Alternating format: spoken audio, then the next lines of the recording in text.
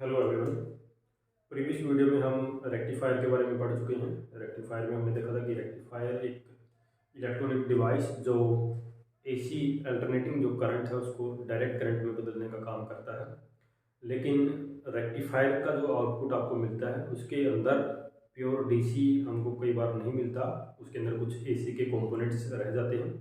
तो उन AC components को सेपरेट आउट करने के लिए, फिल्टर आउट करने के लिए एक डिवाइस हम लगाते हैं जिसको हम बोलते हैं फिल्टर सर्किट। जी हाँ, फिल्टर सर्किट ही वो डिवाइस है, एक इलेक्ट्रॉनिक डिवाइस जो रेक्टिफायर का जो आउटपुट है उसमें से एसी कंपोनेंट्स को सेपरेट करने का काम करेगा। तो इस वीडियो में हम फिल्टर सर्किट के बारे में बात करेंगे। तो ये देखिए फिल्टर सर्किट। तो सबसे पहले अगर डेफिनेशन की बात करें सिंपली, तो an electronic device which is used to separate out AC components from the output of a rectifier। Rectifier के आउटपुट में से AC कंपोनेंट्स को सेपरेट करेगा फिल्टर सर्किट। फिल्टर सर्किट आगे दो टाइप का होता है, एक आपका इंडक्टर फिल्टर है, एक आपका कैपेसिटर फिल्टर है। जैसे नाम से समझ पा रहे हैं, इंडक्टर फिल्टर में इंडक्टर का यूज करेंगे, कैपेसिटर फिल्टर में कैपेसिटर का यूज करेंगे। तो देखो सर्किट डायग्राम मैंने पहले से यहाँ पे बना लिए हैं। अब मैं आपको वर्किंग बताऊंगा, काम कैसे करते हैं दोनों के दोनों ये फिल्टर सर्किट। इंडक्टर फिल्टर में देखिए यहाँ पर मैंने रेक्टिफायर जोड़ा है, आप इनपुट एसी दे रही हैं। ऑब्वियस सी बात है, देखो रेक्टिफायर जो आपको आउटपुट देगा डीसी आउटपुट होगी, लेकिन उसके अंदर एसी के कंपोनेंट्स आपको मिलेंगे। तो देखो यहाँ पर फिर हमने क्या किया, यहाँ पर सर्किट में एक इंडक्टर जोड़ दिया है। तो देखो यहाँ से जो करंट जाएगा आगे उसमें ऑब्वियस सी बात है, देखो डीसी होगा, डायरेक्ट करंट होगा, और कुछ कंपोनेंट उसके अंदर एसी के भी हो सकते हैं। लेकिन ये जो इंडक्टर है ये डिसाइड करेगा कि आगे डीसी को जाने देगा या एसी को जाने देगा। कैसे डिसाइड करेगा वो देख लीजिए। इंडक्टर मैंने यहाँ पे जोड़ दिया है। तो देखो यूनिट नंबर 4 में electromagnetic induction and alternating current के अंदर हमने प्योर इंडक्टिव सर्किट पढ़ा था। बहुत सारे सर्किट हमने वहाँ पे डिस्कस किए थे, एलसीआर वगैरह। तो उसमें हमने देखा था कि इंडक्टर जो है वो कितना रजिस्टेंस ऑफर करता है, जिसको हमने इंडक्टिव रिएक्टेंस बोलता है। एक्स एल से हमने इसको लिखा होगा वहाँ पे, x L equal to omega L. Omega जो होता है एंगुलर फ्रीक्वेंसी, इसको मैं 2 पाई न्यू के इक्वल लिख सकता हूँ into L. L stands for inductance, self inductance. अब यहाँ पे देखिए न्यू जो है ये फ्रीक्वेंसी है, करंट की फ्रीक्वेंसी। तो डीसी के लिए क्या हो जाएगा, 4 डीसी। डायरेक्ट करंट अगर जाएगा यहाँ से आगे, तो आपको पता है डायरेक्ट करंट की फ्रीक्वेंसी तो होती नहीं है, जीरो होती है। तो उसके लिए तो ये एक्स एल जो है ये आपका जीरो हो जाएगा। इट मीन्स यहां से अगर डायरेक्ट करंट जाएगा, इंडक्टर उसको बिल्कुल भी अपोज नहीं करेगा, बड़े आराम से उसको जाने देगा, और आपको ये जो लोड रजिस्टर जोड़ रखा है उसके अक्रॉस आपको आउटपुट मिल जाएगा। अब आप कर लेते हैं एसी के लिए क्या होगा। अगर यहाँ से कोई एसी कंपोनेंट जा रहा होगा, इधर से कोई एसी कंपोनेंट आगे जाने की कोशिश कर रहा है, इंडक्टर क्या करेगा, इंडक्टर उसको कितना जो है इंडक्टिव रिएक्टेंस या कितना रेजिस्टेंस ऑफर करेगा वो देखिए। X L equal to again omega L equal to 2 pi nu L.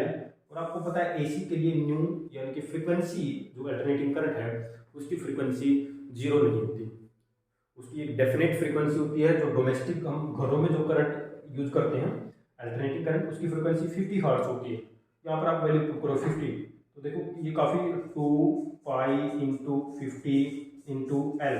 देखो 2-3 फैक्टर मल्टीप्लाई हो गए तो अच्छी खासी वैल्यू यहाँ पे बढ़ जाएगी। यानी कि इंडक्टर जो है एसी के लिए काफी ज्यादा यहाँ पे एक रेजिस्टेंस ऑफर कर रहा है, जिसकी वजह से एसी कंपोनेंट इसको जंप करके या इसको क्रॉस करके इधर नहीं जा पाएगा, उसको ये रोक देगा। डीसी चले जाएंगे और वही हमको यहाँ पे आउटपुट में मिलेगा। तो इस तरह से फिल्टर आउट कर देगा, एसी को आगे नहीं जाने देगा, डीसी सिर्फ आगे जाएगा और हमको आउटपुट में सिर्फ डीसी ही मिलेगा across this load register. Okay, तो ये था आपका इंडक्टर फिल्टर। अब आते हैं कैपेसिटर फिल्टर पे।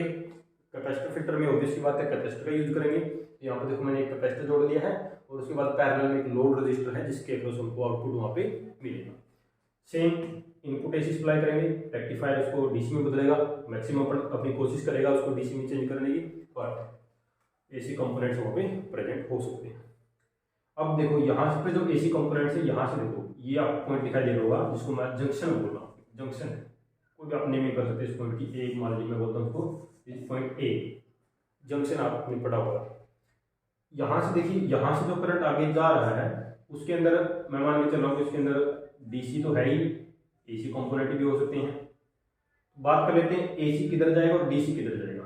तो ये कैपेसिटर जो आपको दिख रहा है, कैपेसिटिव सर्किट हमने पढ़ा था, तो उसके अकॉर्डिंग अगर देखा जाए कैपेसिटर जो है वो कितना कैपेसिटिव रिएक्टेंस ऑफर करता है, कितना, एक तरह से आप बोले तो कितना रेजिस्टेंस ऑफर करता है करंट को। तो देखिए उसको मैं लिखूंगा एक्स, सी से हम उसको लिखते थे कैपेसिटिव रिएक्टेंस, और ये किसके बराबर होता है 1 by omega C equal to 1 by 2 pi nu C, C for capacitance of capacitor.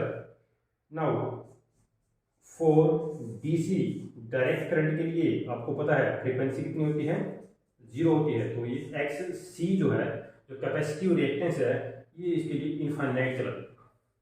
It means capacitor के अक्रॉस डीसी कंपोनेंट बिल्कुल भी नहीं जा सकता, क्योंकि उसके लिए जो कैपेसिटिव रिएक्टेंस की वैल्यू है वो इनफाइनाइट आ गई। इधर से डीसी बिल्कुल नहीं जा सकता, यानी कि इधर से सिर्फ एसी जा सकता है। अभी एसी के लिए भी चेक कर लेते हैं। फॉर एसी ये जो एक्स सी है, ये देखिए इसी फॉर्मूले का मैं यूज कर लेता हूँ यहाँ पे। एसी के लिए 50 होती है ये वैल्यू, डोमेस्टिक जो करंट आता है, बाकी सारे फैक्टर मल्टीप्लाई होके आ रहे हैं, तो डिनोमिनेटर में वैल्यू काफ़ी ज़्यादा हो रही है। तो एक्स सी जो है ये एक फाइनाइट वैल्यू आपको मिलेगी, फाइनाइट मिलेगी और स्मॉल होगी, फाइनाइट होगी और स्मॉल होगी।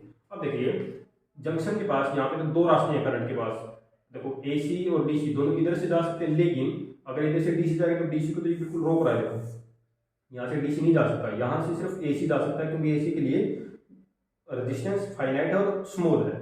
तो एसी आराम से कैपेसिटर के अक्रॉस यहाँ पे चला जाएगा।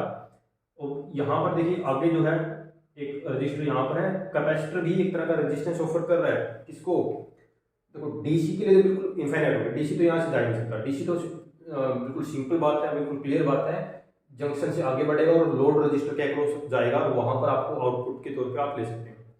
अब देखिए एसी के पास 2 रास्ते हैं, एसी कैपेसिटर के अक्रॉस भी जा सकता है, एसी रजिस्टर के अक्रॉस भी जा सकता है। बट कौन सा पाथ, कौन सा रास्ता ये प्रेफर करेगा, तो ये प्रेफर करेगा कैपेसिटर के थ्रू जाना, क्योंकि कैपेसिटर के अक्रॉस जो रेजिस्टेंस इसको मिलेगा वो स्मॉल मिलेगा, कम मिलेगा। तो ये ऑब्वियस सी बात है, जैसे आपके सामने मान लीजिए 2 रास्ते हैं, एक रास्ता बड़ा आसान है, बड़ा साफ क्लियर है, और एक रास्ता नैरो है, डिफिकल्ट है, तो आप आसान रास्ते को चुनोगे, जो रास्ता बिल्कुल क्लियर है, साफ है। तो सेम एसी करंट के साथ होगा, कैपेसिटर के अक्रॉस रेजिस्टेंस कम मिल रहा है, इधर से पास हो जाएगा, लोड रजिस्टर की तरफ नहीं जाएगा। तो कहने का मेरा मतलब है कि लोड रजिस्टर के अक्रॉस आपको सिर्फ और सिर्फ एक तरह से प्योर डीसी आपको आउटपुट के तौर पे मिलेगा। तो ये था आपका फिल्टर सर्किट। आई होप कि आपको ये टॉपिक अच्छे से समझ में